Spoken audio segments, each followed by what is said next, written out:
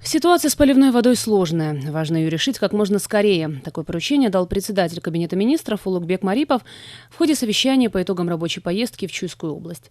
Земледельцы из-за нехватки поливной воды бьют тревогу. Я их прекрасно понимаю. Отсутствие воды означает потерю урожая. Этого мы не должны допустить. Проблема возникла из-за уменьшения боковых притоков реки Чуй из горных источников. Поэтому создался дефицит поливной воды по каналу Бычака в западном направлении. Но я уверен, есть и другие проблемы, которые нам всем необходимо решить. Ссылаться на маловодье нельзя. Мы должны обеспечить дихкан необходимым объемом воды для получения хорошего урожая. Это вопрос продовольственной безопасности, сказал Марипов.